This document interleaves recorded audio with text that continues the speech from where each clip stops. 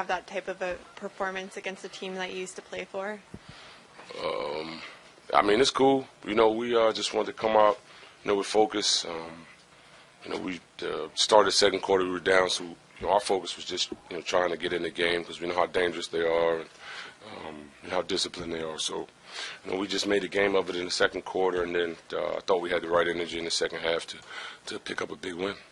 I'm curious for you personally, what were some of the main things that you took away from your time in San Antonio? Just the organization and the discipline that the organization has, and it's a high information environment in terms of just basketball stuff, life stuff.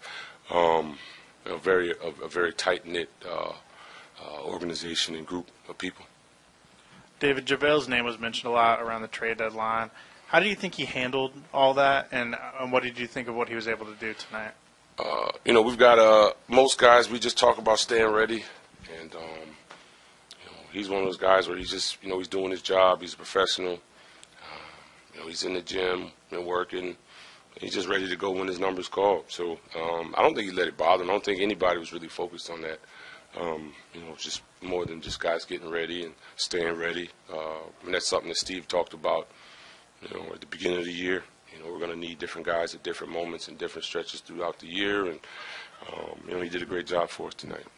You guys probably had your worst defensive month since you've been here the last month or so. And the last two games kind of starting to bust out of it a little bit. What do you think went into these extended struggles, and do you feel like you guys are starting to figure it out a bit? I don't know. I think we just you get lulls throughout the year. I just thought sometimes we take for granted, the type of talent that we have, and we just think we can go out there and get it done. But we know we have to bring that consistent effort, play with a certain level of force to get teams to do what we want them to do. David, Looney has said that he's talked to you a lot and gotten a lot of advice from you throughout the season. What have you seen from him, and what are some of the things that you've kind of advised him? Loon's a baby. He's so young, and but he's got a great basketball mind, and he's a humble kid. So I just talked to him about just having an impact. He's got great instincts, great hands, and I want him to get a jump hook, which is kind of old school, but I feel like every young big guy should have a jump hook to sort of be your base. So we talk about that. We just talk about different matchups and things he might see. But he's a great young guy, listener. I think he just turned like 22.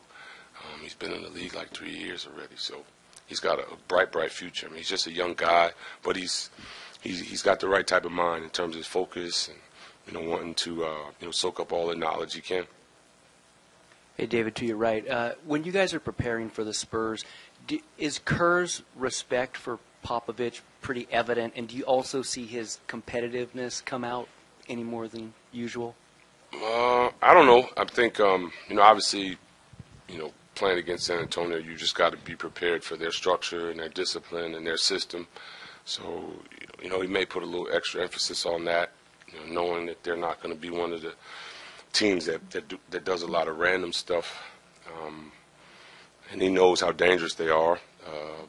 So he makes sure we approach, this game and really every game with the right type of attitude in terms of, knowing that there's a dangerous opponent across from us.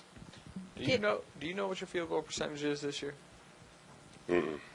61%. Which is a lot higher than anywhere else in your career. Why have you been so efficient this year, do you think? Man, I don't know.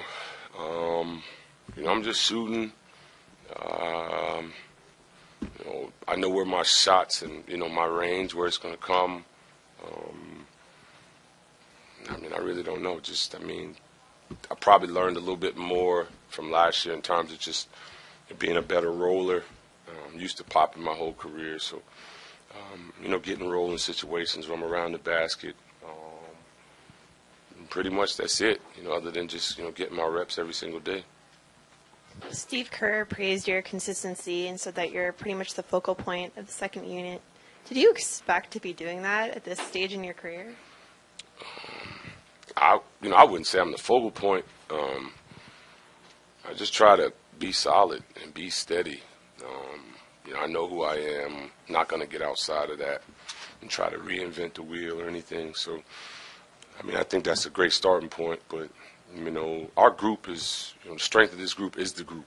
You know what I'm saying? And the individual abilities of each guy and figuring out every single game how to make it work. So, it's just working. Even during that rough stretch, that 4-game stretch, you looked pretty fresh. Do you feel fresh right now? Like, do you feel like it's not necessarily the dog days of the season? Yeah, I think we've gotten beyond that.